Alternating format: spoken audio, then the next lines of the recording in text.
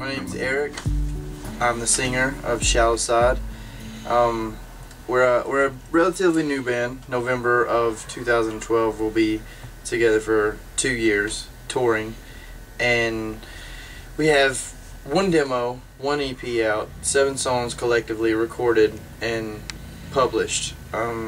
We are unsigned, very independent, and we're struggling musicians, as we all are, right. And out here in the industry, just brand new at it. And where are you guys based out of? We're from Coleman, Alabama. Alabama. It's a little bit north of Birmingham, a little bit south of Huntsville, right in the middle of the state. Nice. Southern born, southern bred. That's how we live. Very cool. As far as the EP, was that a was there any specific reason behind releasing an EP and not an album? Yeah. The obvious reason is because money, the finances. We finance ourselves. We book ourselves. We do all of our own PR work. Nice. We work for, and everything that happens for and around us is from us. You know, we don't have any kind of help, and we haven't sought out that help. You know, when things get in a bind and things are hurting for booking, or we see friends that are like getting interviews with you guys per se, and we see that happening, and we jump at the opportunity to try to become a part of it. But other than that, that's the reason why the first time that we went into the studio, we recorded two songs, our first demo in 2010 with Travis Wyrick, and we done that, released that, pushed that for a year, and then we turned around and went to Orlando, Florida, at Starlight Studios with Evan Kaufman, and we recorded 5 songs with him.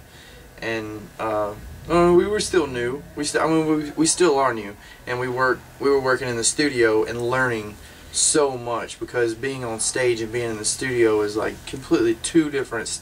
They're two different just sides of the music. Yeah, like you can be on.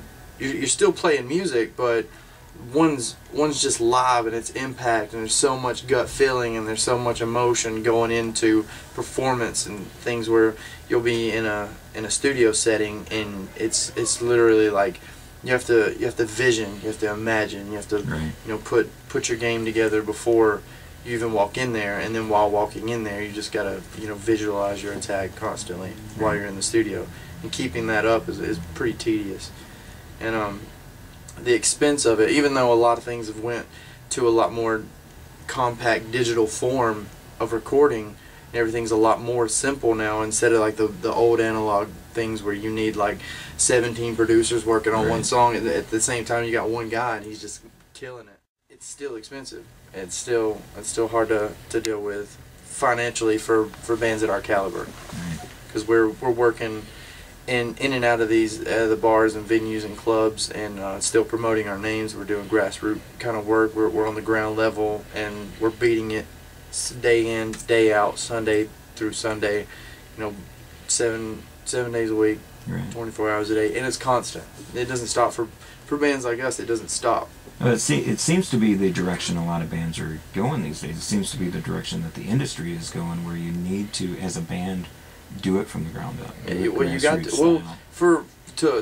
start out.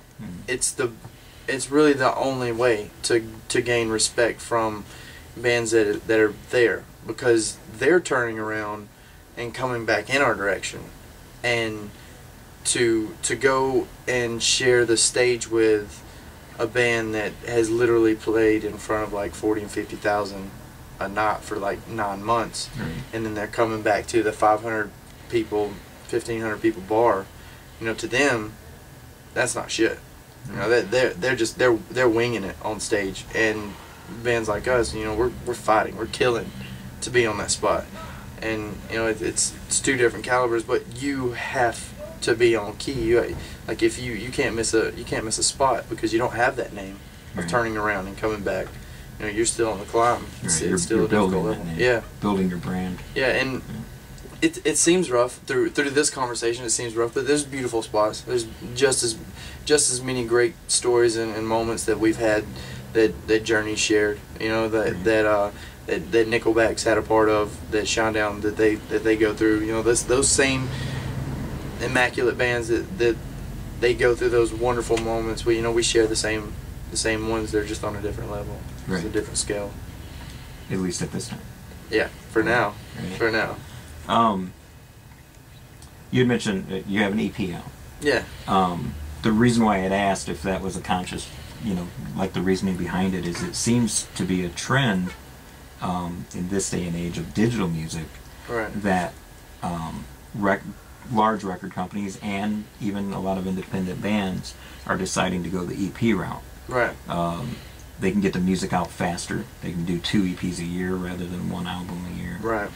Get more product out faster, and just it's less expensive to do 6 songs. Right, rather and you than can push 12. singles. You push singles from it versus pushing like 3 songs off 1 album for 2 years. You can push 6 songs off 2 EPs for 1 year. Right. And the product moves a lot faster. It's all about that single. It's all about that radio world. Right. Which is a hellhole. Oh, the radio's a hellhole. But I feel like it's improving. How much does it cost to get your song on the radio these days?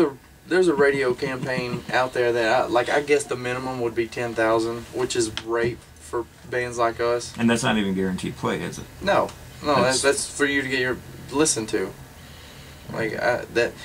That's honestly confusing coming from a blue collar family who literally, like, if you're not out busting your ass, you're not gonna eat that week.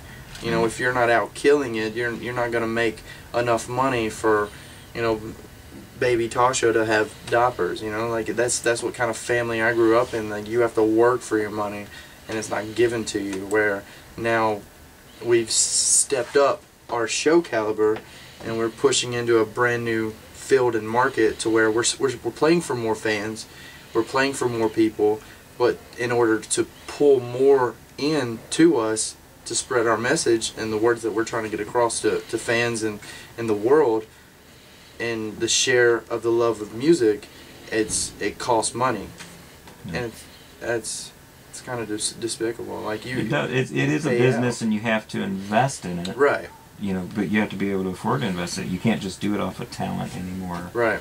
And that's a big thing, and that's the record companies aren't giving you $1 million deals. Right. Well, they're not making it. They're not making it anymore. They're not pulling out those $1 million deals because you got people that are coming in with those digital boards and making one-hit wonders, and they're just banging out millions of YouTube hits, and they got their own personal iTunes, and they're the hit for the summer, and then they're making. Well, then all the money. we as musicians, why don't we do that? I think the biggest thing for musicians at what we're doing, our idea is to keep in touch with reality instead of sitting at home and being behind the computer and figuring out which 808 sounds the best. We'd rather feel that 808. We'd rather be in the club, in the venue, and be in the face of the people that are working hard and need that relief, that stress reliever from their day-to-day job. That the people that, like, I met a few people in the bar tonight. Like, 2 of them are nurses, and and they have to be at work in the morning. And I was like, you guys, what time do you have to wake up? And they was like, well, we got to be up at 5:30. You got to be at work at 7. I was like, well, what are you guys doing here? It's like, well, this is the first time that we've seen a band come through here in a while. So, that's one moment that we get out of our whole week that we get to just pull out of reality and become your reality, which, like, to us that's so humbling. To be a part of someone's life where they're working so hard day in and day out, and we get to share that with them because we're doing the same thing. Just we're helping them relieve that same stress, and then in turn, they're relieving the same stress that we have. Right. So it's a balance thing versus it's sitting a musical in the studio. Therapy. Instead of sitting in the studio, trying to figure out what's going to sell, and become generic and be a part of an industry that's just going to literally die out, next week. Right. Same thing that happened with dubstep. It just came and went. It was just in and out. And people like you're going to see a lot of bands just try to pull little levers and try to stay in touch with it, but I mean that's gone. and then there'll be another trend come in. Instead of being trendy, you know, musicians are gonna stay in touch with reality. Right. I think that's where it's going. For rock and metal in particular, it seems very, you know, it attracts the blue collar working class crowd for sure. But for rock and metal, it seems like this is one of our low times. You know, there's less people coming out to the clubs to see the bands at any level, at a local level, at a national level. National. You know, national bands like Kiss and Motley Crue have to team up to still draw. Right. ZZ Top and Lynyrd Skynyrd have to team up to still draw. You know, and even they don't sell out their venues teaming up anymore. Exactly. What do you think the main cause of that is? It, you know, can we blame it on a specific thing, the economy, or is it the music? Is it the quality of music? Is it the bands that are out there? I honestly, I don't know. I couldn't say that I would know. I mean, my first idea would be that the entertainment spending in the household is down. So like the economy obviously has something to do with the finances push towards that, and that's the only like solution that I would think, because I know how my family reacts and how my friends are reacting to, like, hey, come to this show. So it costs $10.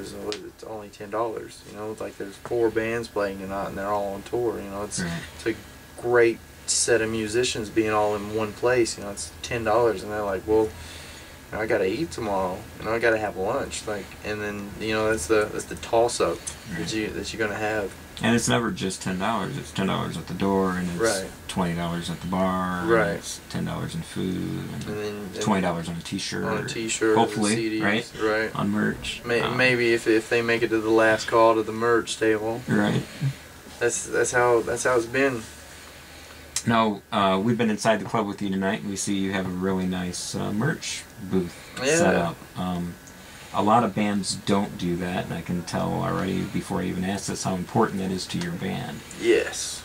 Speak directly to local bands who might not understand that part of the business. Well, it all goes back to the same conversation we were having earlier. Like, to me, right now where we sit, it's crazy, and it sounds like it's just out of this world to pay that $10,000 to $20,000 on that radio campaign, where there's bands that's done that, went that direction, and now they have success. Like, you have to invest in yourself.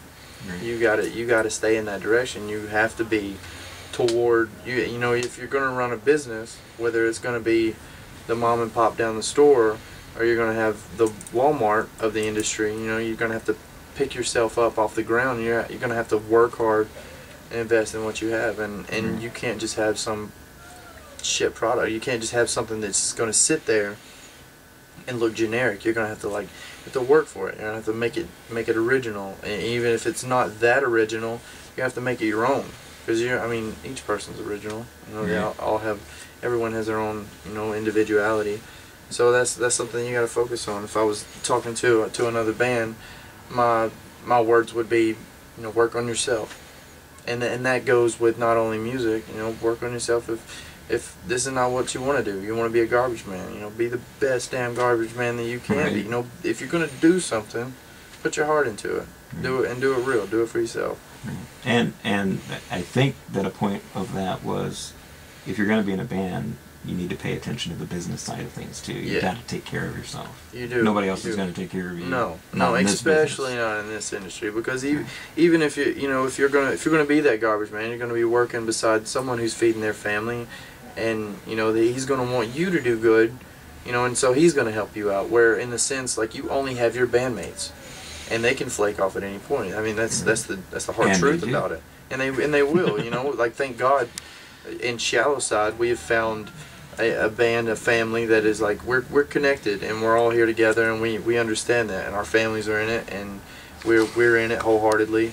But there comes a time and a place where you got to look out for that family. You got to make sure that, because that guy standing next to you who's running that radio campaign is going to pick up that next 10,000, that next 20,000 from that other guys who are waiting for their turn, and he's going to drop you. So if you're not figuring out yourself, then you're going to fall, and that'll happen every single time. it'll happen to us. It's happened to them. It's gonna happen to those guys. You know, it's gonna happen. So you gotta stay focused.